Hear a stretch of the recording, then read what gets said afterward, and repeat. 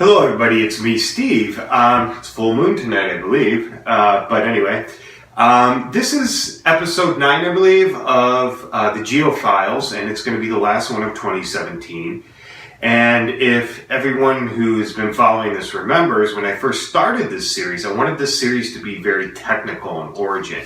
So some people might consider it boring, but if you do enjoy this kind of thing, or if you need help with something in your profession, you actually use this stuff, feel free to watch the videos and use what you can pull from it.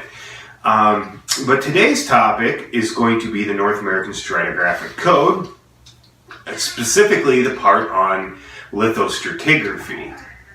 Hello, Ezra. Come say hi to everybody. But this one's probably going to be a little long. Hopefully it won't be. But before we get started, I just want to show you what the North American Stratigraphic Code is. It's this document. I will link it below. All right. The most recent edition is 2005. The first code was in 1983. And what this thing does is it sits there and sets guidelines for how to name stratigraphic units, whether they're materials equivalent or related, or chronologically related, or they're related through biostratigraphy or soils or whatever. That's what this is. And it's not that long. I mean, it's 44 pages, but 2 columns per page. But that's the intro to this, and a lot of people should know this and don't, especially people within the numerous disciplines of geology. But this, like I said, this is North American Stratigraphic Code. There is an international one. It's almost a carbon copy of this. But anyway, let's get started on lithostratigraphy.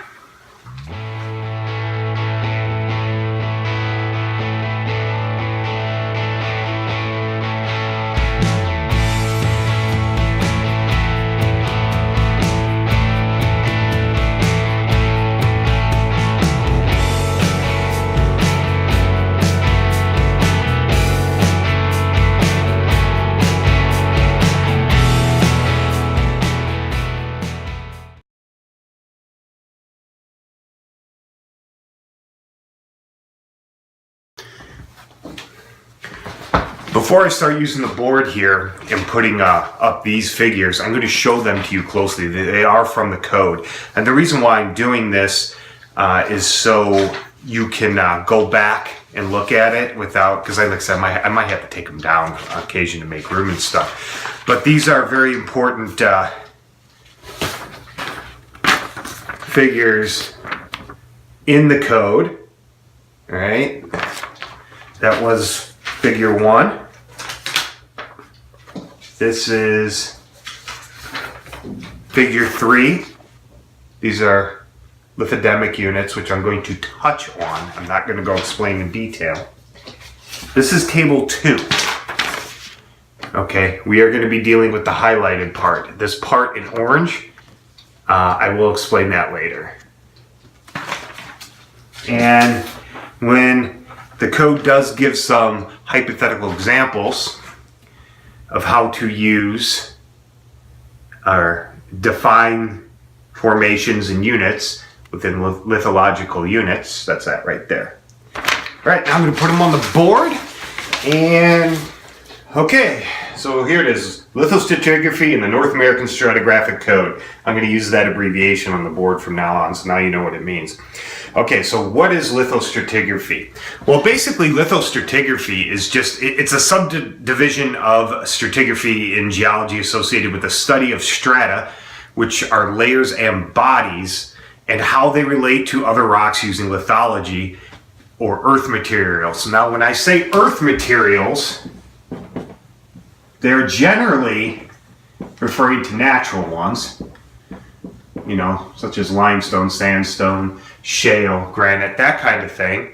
But we can add man-made soils on there, like extensive fill deposits like in major cities and stuff. So it's not strictly natural. But why am I saying earth materials and not saying rock units? Primarily because in lithostratigraphy, we do not care if something is consolidated or not. When we say rocks, which is the geologic term for an aggregate of minerals, that's the technical term, it's a rock, we think of something hard, you know, we think of, you know, this breccia and the gunflint, or, you know, we think of this basalt from the Upper Peninsula, or we think of this geode from Indiana, or we think of this banded iron formation from the Upper Peninsula. We don't think of unconsolidated sediments like sands, gravels, glacial tills, which we now refer to as diamicton, as being rock units, but in reality they are rock units.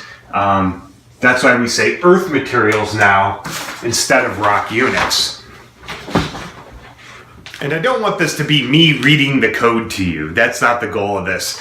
But the reason why I bring up the earth materials thing and how we use unconsolidated sediments, and in geology we don't care if it's rock is hard or not, it's because I actually had an argument with an engineer on this who tried telling me, the guy that has read many publications, usually from the ISGS or Wisconsin or Indiana, where we have actually assigned unconsolidated glacial sediments to formations. He tried arguing with me, saying that since it's not a rock, it doesn't get formally classified. Well, this one part I am going to quote from here. Under Lithostratigraphic Units, Article 22, Paragraph A, the last sentence says, lithification or cementation is not a necessary property. Clay, gravel, till, and other unconsolidated deposits may constitute valid lithostratigraphic units. So I highlighted and underlined it in orange. So I don't tell you how to build engineers yet, or I don't tell you how to build buildings. Engineers don't tell me how to name stratigraphic units. Well, back on track here. What's the point of doing this? Well, the point of dividing anything in stratigraphy is so not only so we can get a sense of the history of the planet, but so we can find things like mineral resources, make predictions as to where things might be located, and things like that. It has practical purposes. But since I'm sticking with lithostratigraphy here, I just want to sit there and say, I'm going to get deeper into this, that in order to be, just to kind of start in the process here of lithostratigraphy and being a valid lithostratigraphic unit, first of all, before you start naming anything or going out in the field, there's some things you have to keep in the back of your mind about this. If you know you're in an area and you want to redefine units or define new units because an area has been neglected, you need to keep something in mind. You need to keep mappability in mind. I will extrapolate on all this stuff later. I believe I spelled that right. Mappability. It appears in the code, but you go to search the word and it doesn't come up. You need to know extent, physical properties, and you also need to know a general geologic history of the area you are trying to map. Now, this last one, when we actually define lithostratigraphic units, they are independent of time. This is what you need to know in order to keep things straight in your head. All right, and I'm going to come back to that later as well.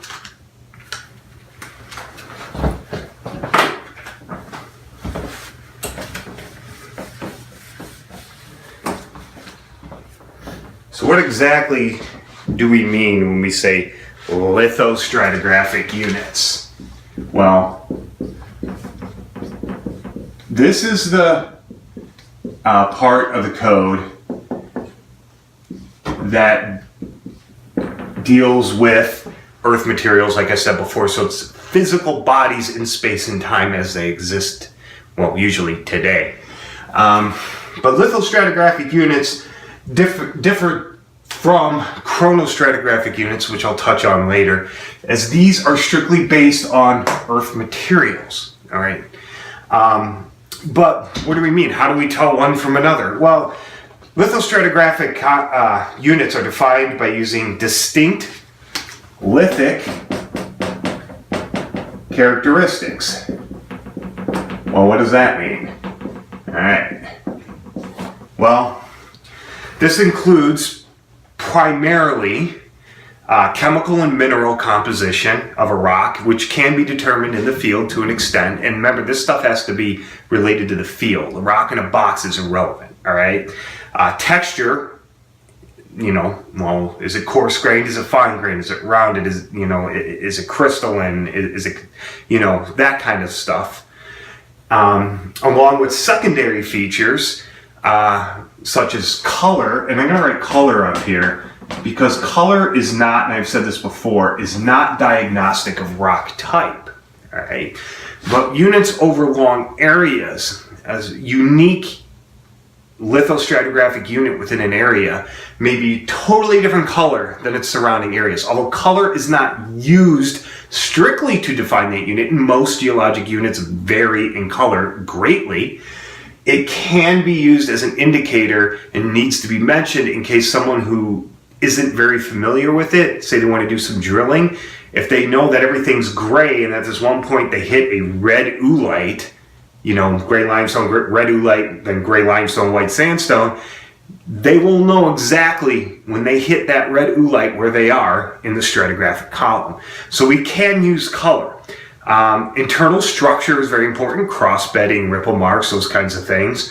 Fossils and organic content. Now, fossils do not define lithostratigraphic units in any way, shape, or form. Fossils are biozones, zones where fossils are found continuously, have nothing to do with lithostratigraphic units. That's a different part of the code, okay? So, but what do I mean by you can use fossils? Well,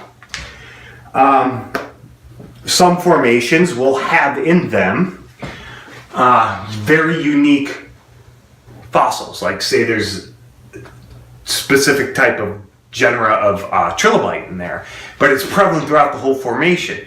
Well, I am not a paleontologist. I can't tell one trilobite species for another, but if we were to do drilling and we were to hit a unit where there's just trilobite after trilobite after trilobite, I know what a trilobite looks like, all right? And if we're having issue in a complex area with lots of faults and folds and stuff like that, those fossils can clue me into where I am stratigraphically, although they do not define the unit at all. Also, I'm talking about carbonate rocks. Fossils like debris, if they're broken down, which is actually a lot more common than preserved fossils. It is so common in limestones to find stuff that, say this is your rock, to find stuff that looks like this with maybe a little crinoid guy in there, maybe something resembling something else, but to find like broken up fossils like that. If I find something like that, I believe that's called a packstone, if I remember correctly. That is a rock type because individual fossils are not being identified. The texture and the physical composition of the rocks are being identified. So I could have a member or formation based off of this. All right, so we can use fossils in a roundabout way for lithostratigraphy. Okay. Like I said briefly before, and I'm going to explain more now, lithostratigraphic units are time independent.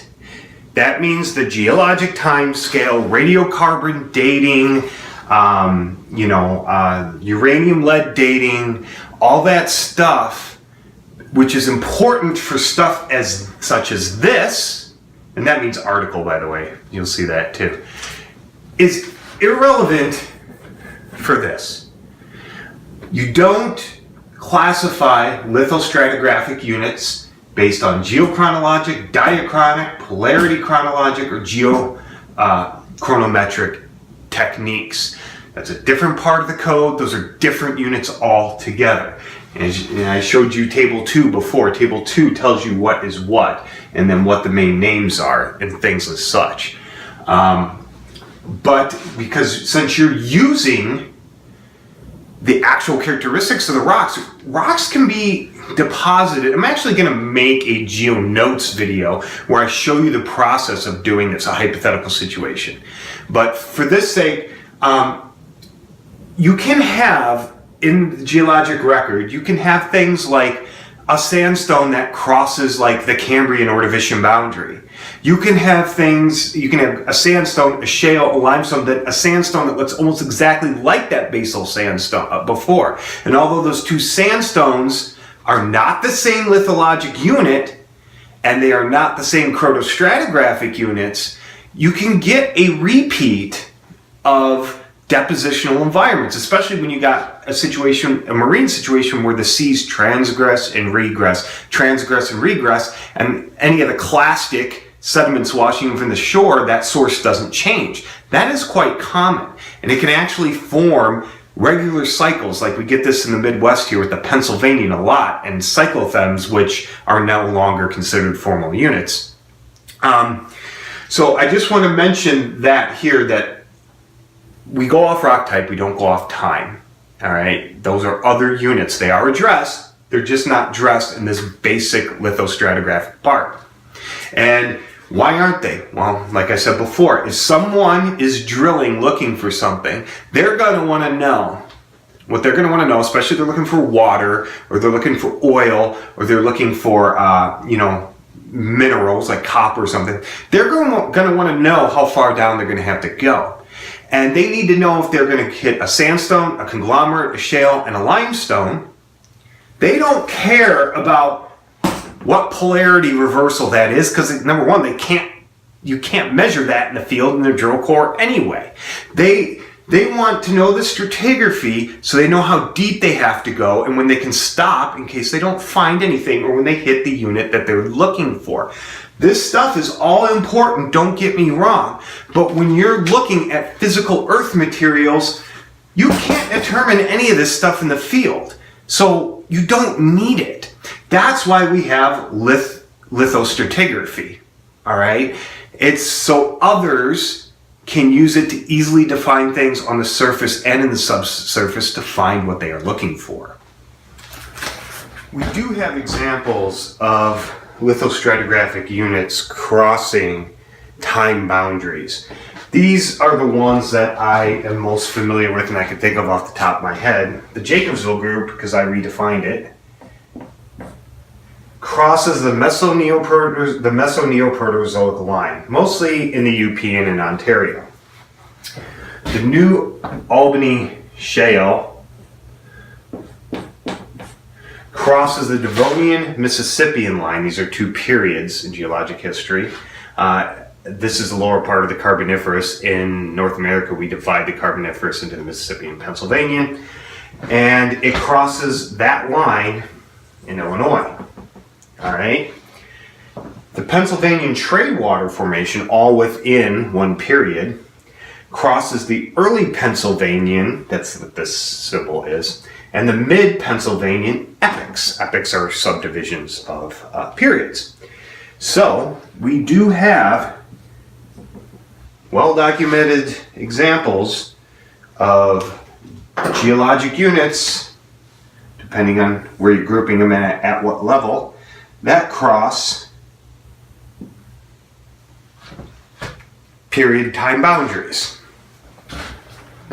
And before, I'm going to take a little sidestep here because these need mentioning before I get back into lithostratigraphic units, because they're kind of tied in to a degree. You not only from lithostratigraphy, or not only from materials, actual earth-based materials that we use to define like lithostratigraphy, and time units that are strictly time related, we have an in-between. We used to refer to them as this, time rock units. But it's section 2A here in figure 2 that I showed you at the beginning. It tells you what they are. And you basically have two types, and I touched on them before. You have chronostratigraphic and polarity chronostratigraphic units, and that chart tells you how they're divided. These are important because when we were first getting started in geology, trying to figure things out, and then trying to figure out how, not only how units related physically to one another, but where they fit in a timeline. The reason why we came up with the names for all these periods is because in the 19th century we didn't have radiometric dating. Okay, so all we could tell you is that the Cambrian rocks are older than the Ordovician, which are older than the Silurian, and then the Precambrian was older than them all. That's really all we could say, all right? So in order to define, you know, where am I going to put the Cambrian boundary? Where am I going to put the Cambrian Ordovician boundary? Where am I going to put the Triassic Jurassic boundary or the Cretaceous Tertiary boundary? Where am I going to put these things? Well, we would use rock units to set a base. And one that's still in question is, when did the Permian begin? That's one that's still argued over. But that's how they played their role in establishing geologic time.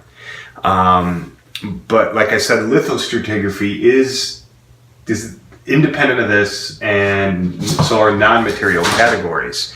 And there goes Blackie.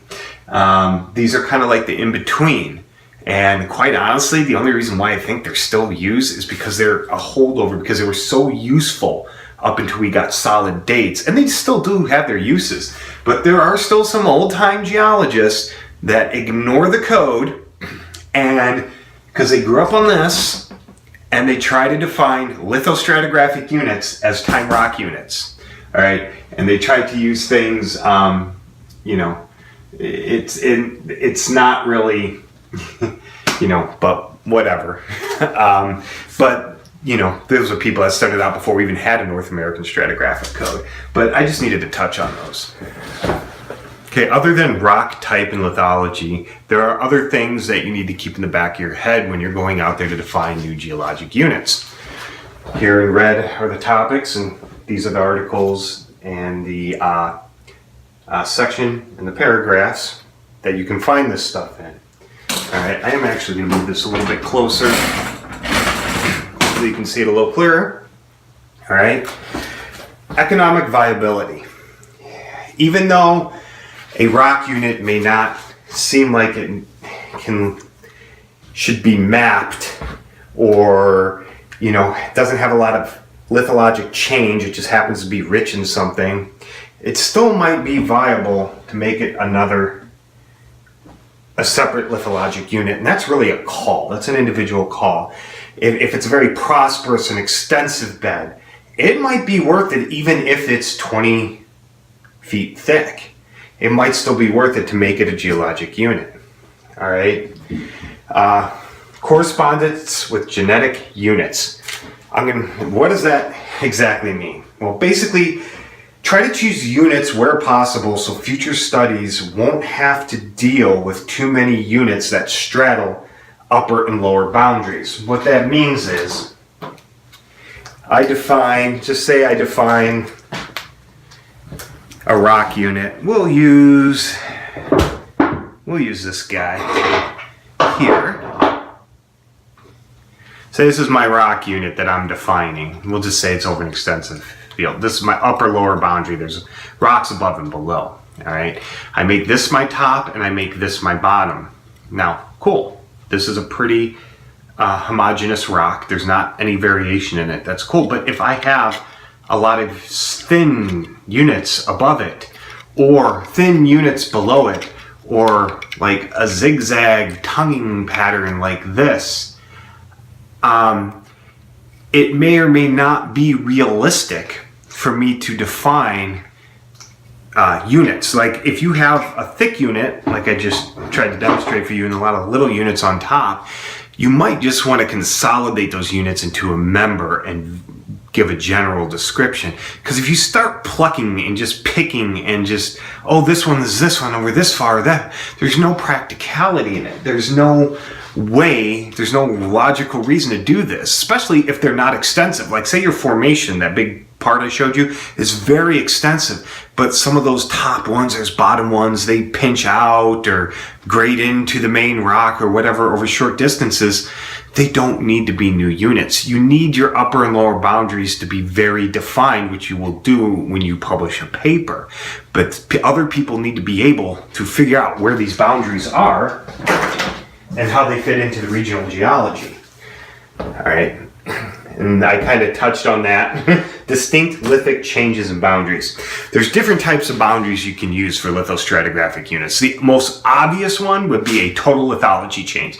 Sandstone, say you got sandstone, then boom here, it's a limestone. That contact would make a great boundary, especially if the above limestone is mappable and thick, all right? That may or may not be an unconformity, but you can also use those as well, but you gotta be careful with unconformities because a lot of thick units that really are one formation will have a lot of what we call diastem unconformities in them or minor erosional, where the rock type doesn't change, but there's a definite mineralization zone, so you know there's an unconformity. You don't, that's allostratigraphy, all right? When you defined things like transgressions and regressions. For lithostratigraphic purposes, you just name it one formation if the lithology doesn't change. There's no need to. Other boundaries would be faults, intrusional boundaries that can mark the edge of things. Those kind of things. You just gotta remember the scale you're looking at and over the bigger picture are these, where is a logical, extensive place to set my upper and lower boundaries of my unit and even my lateral ones, because sometimes they'll grade, and I'll touch on that in a second, so others can easily find them. Now, some formations are gradational. You don't get a sharp change, all right? You'll get a sandstone for like 100 feet, then for maybe 10 feet it becomes a shaly sandstone, then for another 20 feet it might be a sandy shale, and then it turns into a shale. That's what we call a gradational boundary. You can get those vertically or horizontally. And in that case, it's really up to you what you want to do. Like this is from the code, I showed you this earlier. You probably just want to put a vertical cutoff, but you have to describe where you're putting that vertical cutoff. And in the middle isn't a description. It would have to be the point where shale, or where, you know, the vertical boundary is in the zone, as in the shaly sandy zone, in between the sandstone and the shale, but that boundary is placed where shale starts to dominate over sandstone. That's a description. Yeah, in the middle is not a description. All right. So that touches on the boundaries there. Usability and practicality. Now, when I start talking about the formation, you keep hearing me say mapability. I'm going to get back into that, but it has to be usable and practical. All right. Geologic units, formations, members, tongues, groups, they don't care where our political boundaries are. The earth didn't form where our political boundaries are. Those are for our reference, all right? So they can cross lines, and in one state, they might have a detailed stratigraphy for something, but in the state next door, it's like your unit, they might have a thick sandstone that they named, but as you go into that other state, that sandstone becomes thin and starts to turn into shales and a limestone. They may have a total different nomenclature for that. Now, is it valid? Yeah. Or you might have a thick unit in one area that slowly pinches out as you cross a political border. So you might consider that a formation. They might consider that a member. All right. So you gotta think: is this going to be usable? Can this extend outside of my map area? Has this been attempted before? Now, and when you decide that what you're doing is practical, all right, like say you want to define a formation and it fits all the criteria, is it usable? Like if it's just local and maybe within, a 5 mile radius or a 2 mile radius, do I really need to name a new lithological unit? I mean, if it's not economically viable, if it doesn't correspond with anything, if there's no distinct boundaries, that's what we call a facies change. All right, and facies are informal units. That's all I'm going to say about facies for right now, okay? And you need to know about stratigraphic stability. I'm going to go to much greater detail on this here in a few minutes. Okay, but this is important. We need consensus over distances.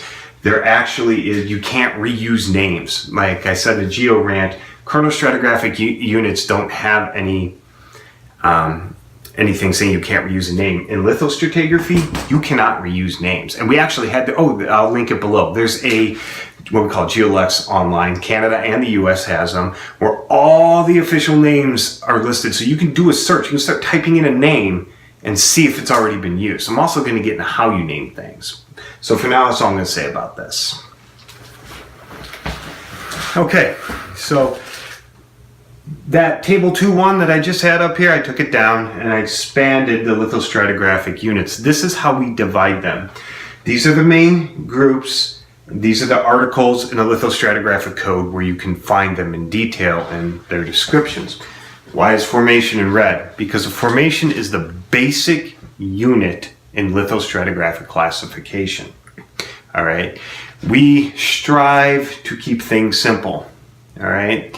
From the formation, you can have an assemblage of similar formations that all touch each other. You can't have a formation here, another formation here, another one here.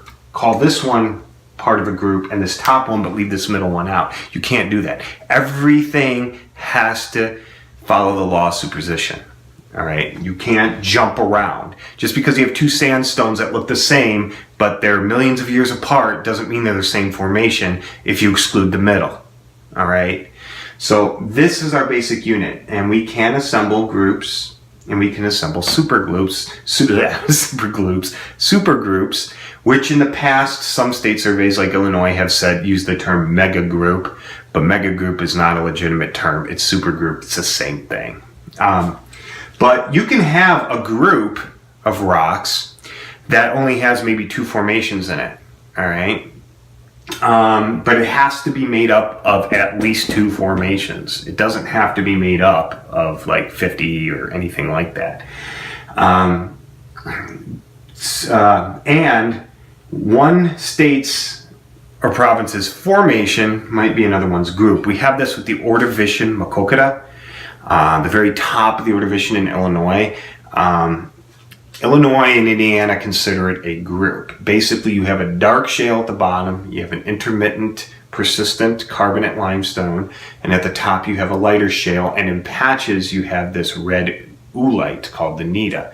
In Illinois and Indiana, we treat all those four units as different formations. As you go into Iowa, even though the group continues, the shales start to disappear, carbonates start to dominate, and there is no iron oolite. So within Northwest Illinois, which is about where this transition occurs, it goes from group to Makokata group undivided, and then in Iowa they consider it a formation. So see how this can get messy? I personally think it should be just group undivided and just carried as far as it goes. And it goes east too into New York or through Ohio, where it becomes the Cincinnati group, because it's far thicker and far more complex, and that is also justifiable, but that's a talk for another time. But anyway, so we don't have to assemble formations into any of these. They can stay by themselves.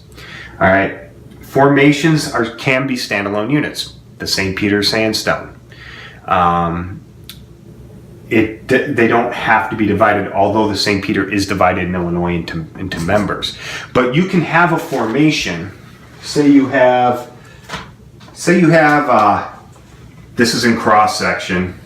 You have a unit like this in the subsurface. We'll just say this is a limestone. You probably can't see it down here. We'll call this a shale. We'll call this a sandstone. And then right here in an intertonguing type boundary, which is extensive but doesn't extend throughout the entire formation, let's say that this is a different type of shale other than the one that's on the bottom. This can be a member. Everything within here is the same formation, all right? And this sandstone bears the formation name. It doesn't need to be called another member. Like if this is this is the Johnstown sandstone, or actually we'll use formation. We'll say this is a Johnstown formation, and that includes this shale. We can break out the shale, we'll just say it's the Becken member, right? Now, the Becken member is part of this formation, but this sandstone does not have to be named, it does not have to be given member status. It can, but it doesn't need to be, all right? So that's how that works. Members are always parts of formations, like I just showed you. They are never, ever standalone units, all right? If you have a distinct lithologic unit that's in a formation and then it goes into another formation, you can't give it a member status. You might be able to give it a new formation designation, or it could be you could call it a tongue of a formation, or you could give it a bed status. Beds can transgress other formations. They're the only things that can. And there's a reason for this, because they include lava flows, and lava flows will often cover, you might have a sandstone in one area that grades into a shale, and a lava comes along and is on top of that, so they can stand alone, all right? See if there's anything else I want to touch on this. When we name formations, okay, when we name a group, like the Maquoketa group, it always has the word group after it. If we take an assemblage of groups and give it a supergroup status, like the NASC supergroup, it always has supergroup. If you divide a lens or a tongue out of a formation or a member, because these could be either directly with this or directly with this. If you do that, it always is followed by lens or tongue, all right? And just to show you real quick, lens and tongues, we use it more in glacial stratigraphy than we do anything else. But you can name tongue, like these tongues here and this lens, if they're significant. They're not used so often for marine sediments, but they can be. I have seen it before, and I've actually done it for terrestrial sediments are another common way it's used for. Like I've done it with the Copper Harbor Formation in the UP, which I'm currently still working on that paper. Well, it's been through peer review once. I need to finish editing it. But members, like I said, always have member lens, and beds always have beds. And if you have a lava flow, it'd be the whatever flow or flows. And to get back to this real quick, I had sort of an enigma with my Copper Harbor paper, because you have the Copper Harbor conglomerate, which I'm elevating to formation. I'm dropping the conglomerate part, and I'll get to that in a second. It's got a lot of lava flows within it. All right. Now I decided to group distinct lithological flows and just call them the whatever flow. All right, or flows. Even though they may have different lava units in them, in the field, dividing them is not practical, and in the subsurface it isn't. So you group them all together. So my solution to this dilemma was, instead of giving those all a new formational name, was just to give them flow designations within the Copper Harbor Formation. Now, if somebody wants to come and divide out individual flows, they can just give them bed names, because these two can, there's nothing saying you can't do that. That's where I was going with that paper. But formations are a little different. In the past 50 years or so, especially since the code has come out, like you heard me talk about the St. Peter sandstone, all right? Well, a long time ago, they would name formations based off dominant lithology. If this is dominantly a sandstone, I'll slap sandstone at the end of the name. Or it's a shale, I'll slap shale. Like Brainerd Shale, part of Maquoketa, the upper top shale. Or if it's a limestone, I'll slap limestone, or dolomite, or gypsum, or whatever after it. But it wouldn't get any more technical than that in the name. Like you wouldn't, like for St. Peter sandstone, no one has ever tried to sit there and call it the St. Peter quartz or medium grain quartz arenite. That's just too blah, blah, blah, and doesn't make any sense. So they just sandstone.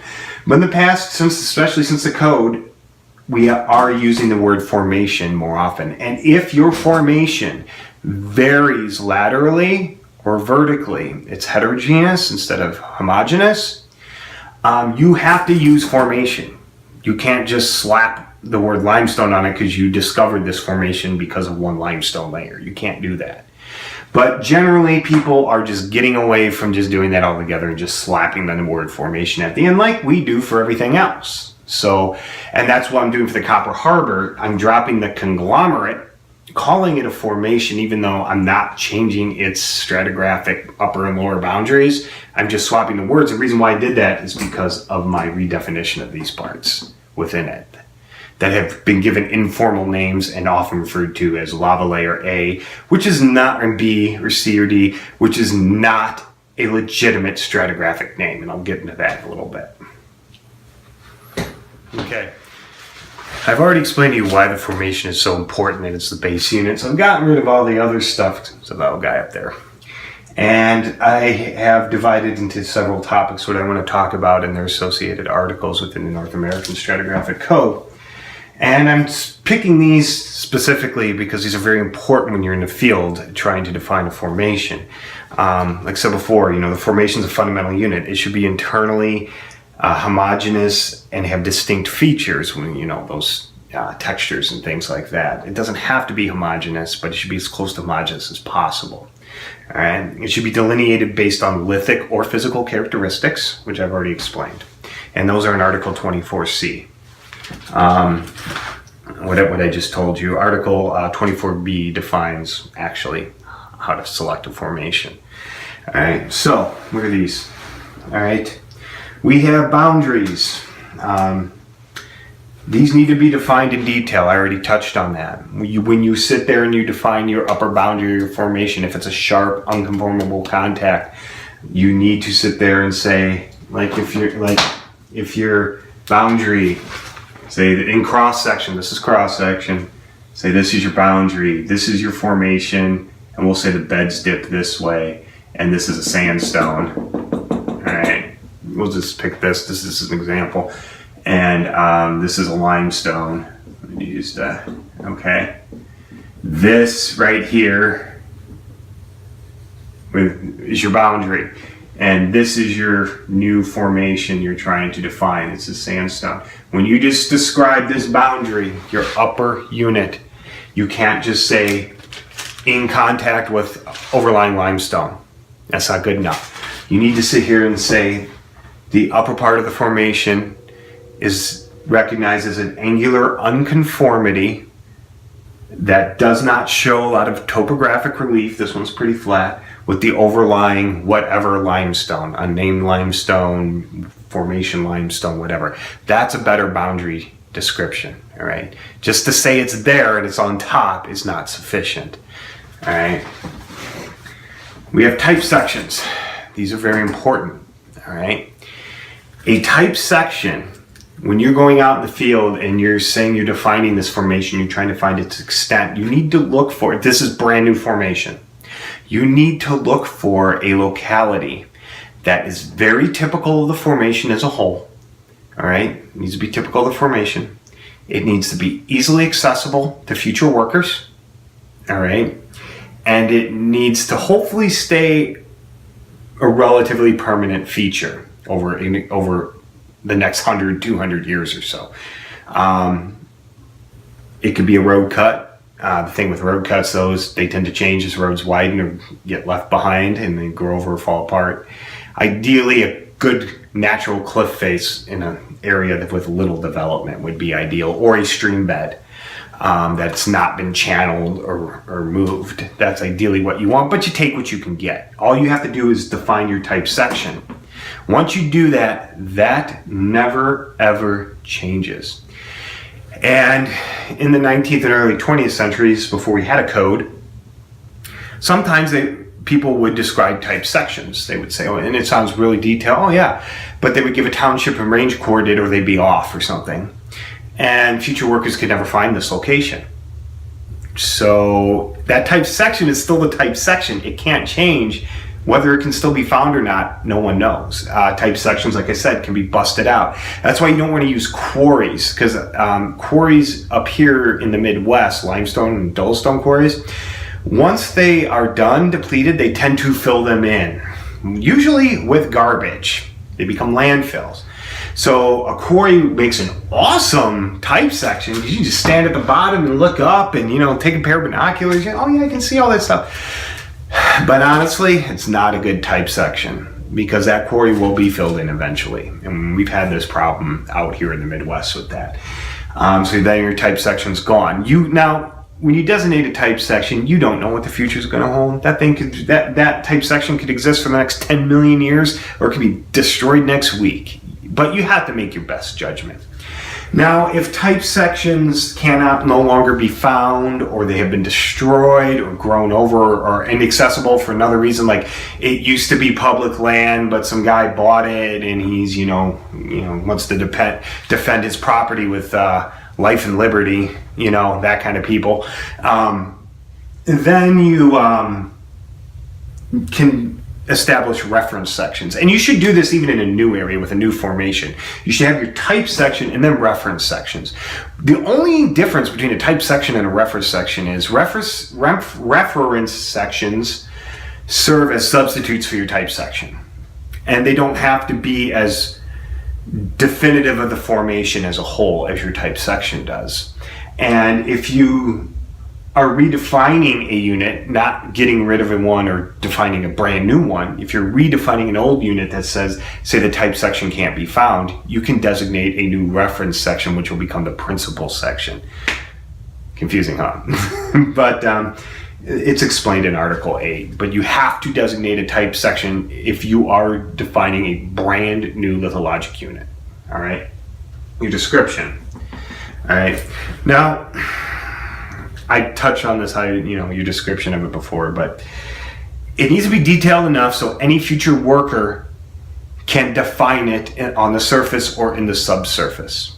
All right, you have to make sure that, but you'll do that if you go out there and you define the rock type in detail and you find its facie variations and you find that upper and lower boundary or any lateral boundaries. If you define those, you'll kind of sort of already do the description, at least that part of it. You won't get the description of the rock type, but you'll get the description of your formation, the boundaries, how to box this thing in pretty well, all right? So yeah, they need to be detailed enough for any future worker can identify them unequivocally. That's directly from the code, by the way. Detailed lithologic descriptions or diagnostic features. I've talked about grain size, structures, cross beds, bedding, ripple marks, rock type, limestone versus a sandstone, all that stuff. Quartz aragonite versus a lithic arkose. Thickness, extent, you need to define these as well.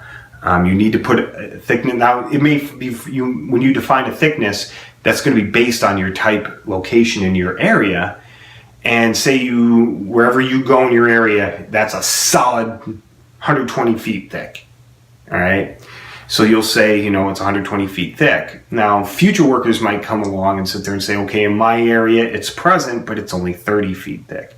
And the guy on the opposite might, it's up to 300 feet thick. And then they will adjust that. You can only do this on what you know at the information available. But you have to define the thickness throughout as much of the extent that you are presently aware of. And this includes superficial and subsurface extent, if the subsurface extent is known. Because you want to be able to find these things in the subsurface too. That's why you don't want to divide out every little stratigraphic layer that you see in a cliff face. Because it's pointless. Because in the subsurface, they're not going to be able to pick it out, especially if they're not coring. If they're just going down with a drill bit and it's augering, you just get these flecky color chips that come up, okay? And if it's a shale, it could come up as mud. So you're going to lose any bedding that would have been diagnostic of that in that drill core. You're going to lose, probably destroy any fossils that were in there. Some might get attacked, and might come up intact. Some diagnostic features will get rid. The limestone could be very porous, but you get these little chips that come up and there's no porosity in them because the pores break as the drill bit goes down into the earth. So you got to be careful when you're addressing it in the subsurface because, quite honestly, when drillers go drill down, they're going to go, all right, I expect to hit a limestone, a shale, a sandstone, and a granite. And that's going to be the extent of what they look for. They're not going to try to pick out the exact formations. So if you start splitting hairs, it's pointless. And especially if you're splitting hairs and it's only visible on the surface. Now, but with that in mind, sometimes superficial delineation is needed and you can pull a member out of it or something like that. You have to take into consideration previous stratigraphic work. You don't redefine something just to rename it. All right?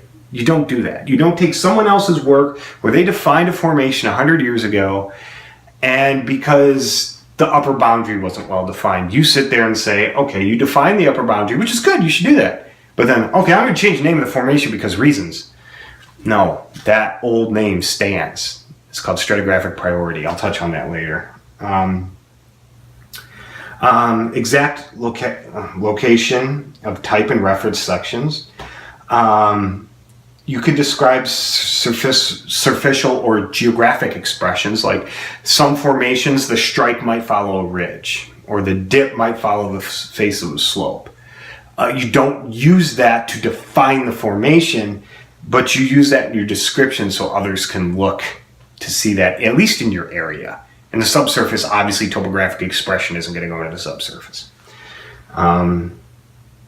Anything else diagnostic? Cross-cutting relationships. You know, if this thing is cross-cut by 150 little tiny basalt dikes, well, you can't name the 150 little tiny basalt dikes, but you can mention them.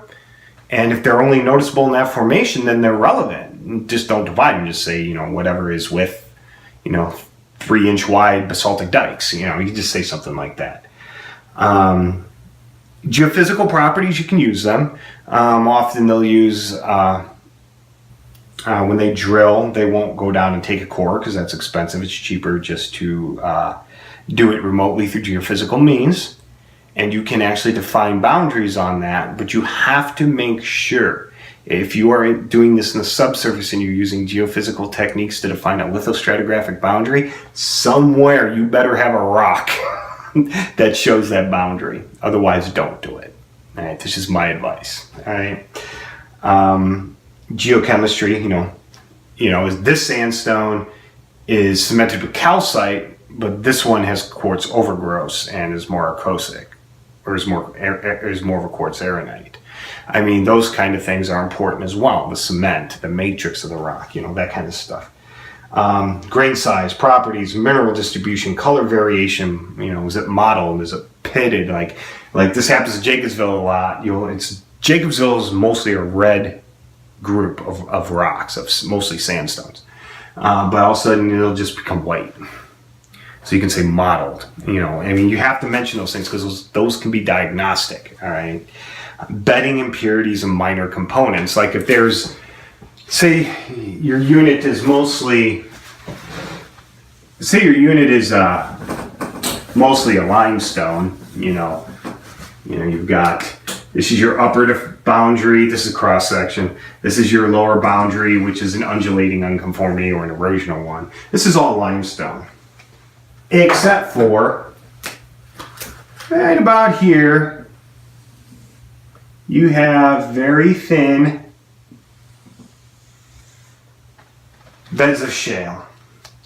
And we'll say that from here, obviously, this is going to vary because it's an erosional unconformity, but we'll say it's typically 100 feet thick.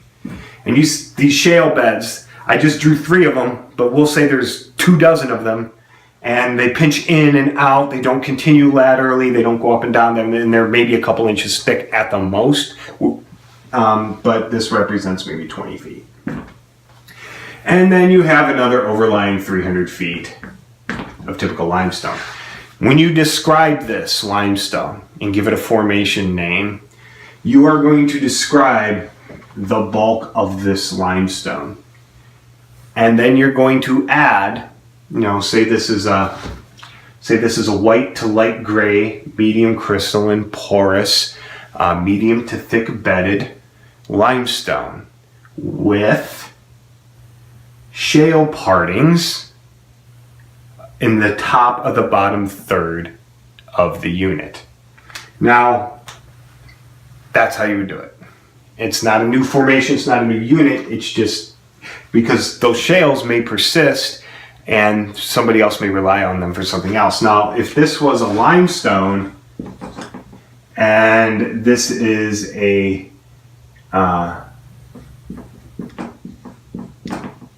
sandy conglomerate, but this is still shale, I don't want to say sandy. Let's say calcareous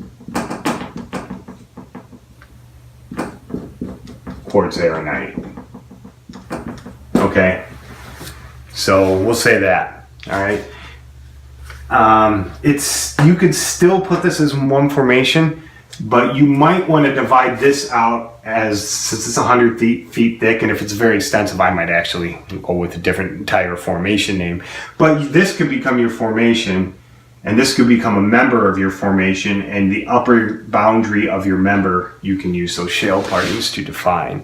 And you always have to define boundaries, not just in formations. If you're pulling out members or beds or flows or lenses or tongues, you need to define those boundaries as well.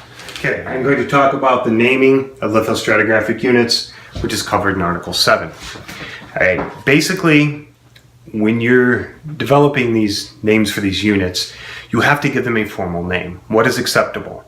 This isn't biology, I'm just going to say that. You can't take any word you want and slap a Latin ending at the end of it. That's not how it works.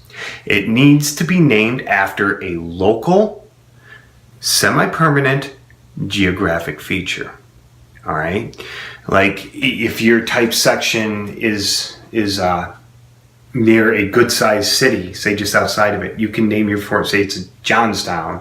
You can name your formation the Johnstown Formation. All right, you can name it after rivers, mountains, lakes, cities, valleys, beaches, deserts, forests, national parks. I would avoid that one, but it's not against the code. It's a geographic feature. It doesn't have to be a natural feature. It can be a man-made one, like a city. All right. All right. And when you name the unit, say like the St. Peter Sandstone, when that was named, there was a river in Minnesota called the St. Peter River. All right. That has been subsequently changed. I think the year was 1859 by official committee to call it the Minnesota River. We still call it the St. Peter Sandstone. We dropped the river. All right, you can do that. You can drop, some geologic names have river, lake attached to them, but it's not necessary. You can drop it. All right, it's just, it's redundant. And if you're using, like say you have something that's the Beacon Valley Shale, and something's already been named the Beacon Formation, but you want to name it, you want to name this shale and you're just trying to stick the word valley in there to make it different, avoid that, because when your paper gets peer reviewed, they're going to tell you to change the name anyway, and they're going to stick by it, so whatever. But things that are definite no-nos, all right? Like I said, this isn't biology. We do not use people's names, living, dead, fictional, real. It doesn't matter, all right? You can't name something the Wolverine Formation. You can't name something the John Smith Formation. If you're using a city that's named after somebody, that's one thing. You know, like you know, if it's Bobstown, or you know, you can name it Bobstown Formation. The Jacobsville Group is named after that. It sounds like it's a guy's name. There was a town called Jacobsville, which is the guy's last name was Jacobs, and that's acceptable. But you do not name things off living, dead, or fictional people, all right? You do not use addresses, all right? I've seen people, yeah, all right? You do not use numeric designations. You do not sit there and say, I'm going to name my formation 1A formation or 23-2 formation. You can't do that. It has to be a geographic name, all right? You can, when you're developing it in your field notes, you can do that. I've done that too. Well, this unit, I'll just call this 1A for now. And maybe if it's kind of like 1B, I might consolidate them and give them one name later on. But so while you're working it out, you can do that. But in your official paper, that's a no-no. You don't want to use roads. The reason for this is roads change. They change names. Sometimes people name, like you go to Chicago, I don't even know how many names Lakeshore Drive has in US 41. I can't even remember anymore. So you want to avoid roads, all right? There was a time in the past people would use things like bridges, like the Brandon Bridge member of the Joliet Formation in Illinois. Technically, that's not a no-no. The bridge is still there. I think it was defined in the 70s, but you would just call it the Brandon member. You don't need the bridge part. There was also people would name things after schools, because back in the late 19th century or mid to late 19th century, you would have these vast counties and schoolhouse would just be in the middle of where all these little towns were, and they would just use that school. At the time, that was a semi-permanent feature. It's not anymore. I mean, schools with urban development, everything, it's not a no-no, but personally, I would avoid it. Businesses. I think I butchered that a little bit, didn't I there? Businesses. It's still a no-no. I'm just getting rid of my obvious mistake that I've been showing you for the past 4 minutes. Businesses, open, close, merge, burn down, whatever, all right? Don't name anything after business. Also, you want to avoid things like minor settlements, like unincorporated towns, would have population of like 10 people, because that town probably isn't going to last. So that's just some things you want to avoid, but that's how the naming process works. And I'm going to, and one more thing about the St. Peter too that I told, that's going to go into precedence, Sometimes there have been some geologic units that have been defined, but poorly, so somebody else comes and redefines it, adds a few units, members, moves a few boundaries, somebody else says, no, that's not good, you missed the fault, redefines it, blah, blah, and it just gets worse and worse. And it may take 100 years to develop a concept of this formation. In that case, the original name takes precedence, whether it is a valid unit or not. The reason why we still say St. Peter sandstone, don't say Minnesota sandstone, is because all the literature and everything still says it. Now, that's not an excuse to use an invalid name, but if everybody has been using it for 170 years, I think, or maybe 150 years, don't change it, because everyone's going to reject you. They're just not going to follow it. I mean, I'll get into publishing later, but even if you make the best lithostratigraphic and you kill a name everyone's used forever and stuff, people just won't follow you. They just won't use what you've done, even though it could be totally 100% legitimate in every way, shape, or form. All right, so priority is an issue. We're getting close here, getting near the end. Stratotypes. I'm going to touch on these. They're Article 8 in the code. Stratotypes, I've already kind of touched on it with the type section thing. That's type sections, reference sections, principal sections, all are under that stratotype part of the North American Stratigraphic Code. The only thing I want to expand upon is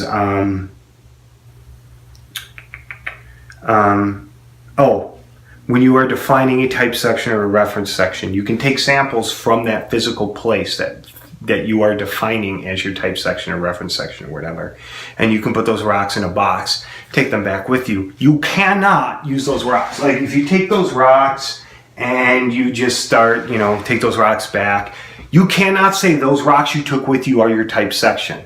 No. The type section is where you pulled those rocks from, or reference section, or primary section, or whatever, all right? And because, like I said, it needs to be accessible to others. You may die tomorrow, and then when they clean out your house, those rocks are all going in a freaking creek bed somewhere, all right? So you don't do that. You do not use rocks in a box, or in a museum, or in a lab, or on display anywhere as a stratotype. That is a no-no. A stratotype is a physical place on the planet others can visit. And now that we have GPS, everyone has a GPS receiver, you can always just that's what I do with all my stratotypes. I just give GPS coordinates of where they are. I don't use township or range anymore. You know, I might say, you know, this GPS coordinate due 300 feet north, exposed along the river is the type section. But GPS coordinates are really the way to go. So I think that's all I'm going to add to the whole stratotype thing. Okay, at this point, you have defined your unit significantly. You have delineated it in the field. You have assigned your stratotypes to it. You have taken your samples. You have described it, added boundaries, you know, everything you needed to do. How do you publish? Where do you publish? How do you get this out there so people can use it? Well, first of all, I just want to say the best way to publish is to do it in a peer-reviewed scientific journal. That's the best way. It's the biggest, most accessible way to do it. And the journal also, pick a journal that has a print version too. Don't just go with an online one, because there's been problems with online journals. And even if they're totally legitimate papers, online journals come and go, and once it's gone, it's gone. You take down the website, it's gone. You know, so even if they are good online journal, there's still problems with it. Okay, but when you publish, there are definite. It'd probably be easier to tell you what's a no-no than what's a go. All right. In order for your unit a newly defined unit to be used and recognized, it's best to publish, like I said, in a printed journal. Other methods are acceptable, but a journal is the best way. Okay. Unacceptable methods. Guidebooks, especially with limited distribution. The code does not strictly forbid guidebooks, but it does specifically say ones of limited distributions. Like if you have a geology club and you guys make a geo book and somebody's like, oh yeah, I found this cool unit, I'm just going to call this the whatever member of the whatever formation, that's not official. So I would just avoid guidebooks altogether, all right, because they're usually part of a conference or something like that. A casual name, a casual mention in any setting, like a lecture in a conference or in a classroom or on a, or you know, even in a book, even in a textbook, is not legitimate, and no one has to use it. Because if you just casually mention, oh yeah, I called this to whatever member of the whatever formation, where's your definition? I mean, you're probably just going to say that. Oh yeah, it's a sandstone I found at the bottom of this formation, I call it this member. You just violated everything else in the code, so your unit's null and void. All right, no one has to use it. Classroom distribution also does not count, even if it's printed. This also does not count. Sorry, lawyers. Keep your hands off my rocks, because I hate you anyway. Legal documents are not defining units. Like, if somebody's trying to sell a property and in there, this guy's like, well, this part's sand or whatever, and I call it this sand because, you know, my dead brother and I loved him, and that makes its way in the legal document. That's fine for the legal document in the Hatfield McCoy crap. But outside of that, it's not a legitimate lithostratigraphic unit, all right? Abstracts in peer-reviewed journals, like back to this, like if you name something in an abstract but don't define it in the paper, null and void. Geologic maps, I'm guilty of this one myself. A lot of times I'll divide units on a geologic map, and instead of just putting a facies designation, I'll try to give it a member name. Although on that map it's practical, outside of that map, no one has any obligation to use it. It's not official. I've already mentioned the rock in a box. Poster presentations at a conference, even though it's written down and you might have it defined and everything, good pictures, coordinates, all that stuff. It's a poster presentation. It's not a new lithostratigraphic unit. Press mention. Mentioning something in a press. Oh, I'm a geologist working on this, and I discovered this new unit, and I want to call it this formation. They print that. That's cool, but you got to eventually publish it in a peer-reviewed journal to get it to be named that. There are some electronic forms you can and cannot. The code, like I said, was written in 2005, so the internet wasn't as big as it is now. It was still there, but like you know, it has to be able to be distributed. Like I said, even though the original publication may be a hard journal, it can be distributed via CD-ROM. It can be distributed via the internet. It doesn't have to be free. You may have to pay for it because there are closed journals. That's how closed journals make their money. Closed peer-reviewed journals make their money by selling the journal. That's how they make their money, to pay the people that peer review it.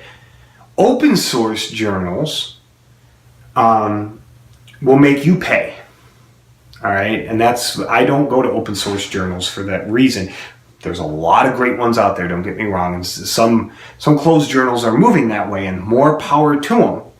But there's a lot of bullshit journals out there that are open source, where they will take your $500 and print the word,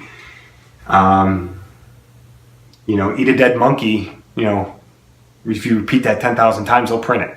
So, you want to probably avoid that. Theses and dissertations are also not official units. They may help you. I've actually used people's theses and dissertations to delineate units, but they in and of themselves are not formalization of units. I think that's it about that. I lied to you. I have one more topic real quick. All right. We're going to go into just other quick notes. Lithostratigraphic, like I told you, it's a physical material thing. There are some physical materials that are not named because they are used in other names. I already touched on biostratigraphy. Soil horizons are another. Doesn't matter if they're on the surface, paleosols, buried, it doesn't matter. Soils are not part of the lithostratigraphic code, okay? They are pedostratigraphic units. Right, and they are addressed in a totally different part of the code. They can get formalized, but not lithostratigraphy. Right. Then you have what I showed you before. You have lithodemic units, and this is a part of the code that kind of tries to walk you through it. If you notice here, I don't even have lithodemic on here. I wrote a note down here because it essentially is lithostratigraphy. It's just that when you have a case like this is a cross section, we have all these highly metamorphosed rocks, big igneous intrusions, faults. It looks like a migmatite over here. All these cross-cutting dikes, these unconformities. It can get complicated. So there's a lithodemic section for this, which is still lithostratigraphy. But I'm not going to talk about that today. Okay, so that pretty much concludes this lecture on explaining the North American Stratigraphic Code, at least how you go through the lithostratigraphy part of it. I'm not going to do a show and tell or plug a book today or anything like that, although I do have a recent book out for Canada's 150th anniversary. But since this isn't long enough, I'm not going to have a show and tell part. And that is pretty much it, and I hope you learned something.